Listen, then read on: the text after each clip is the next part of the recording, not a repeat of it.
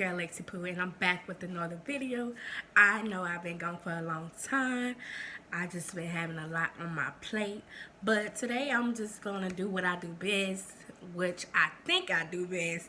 It's a makeup tutorial, but for now I will do my eyebrows off camera because my eyebrows usually take the longest. Hey guys, I'm back. I did my eyebrows. Took a good little minute because everybody wanted to call me today.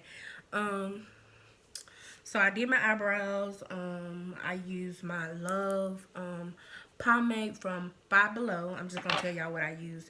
And to conceal, I used the e.l.f. Concealer in the rich chocolate. I really love.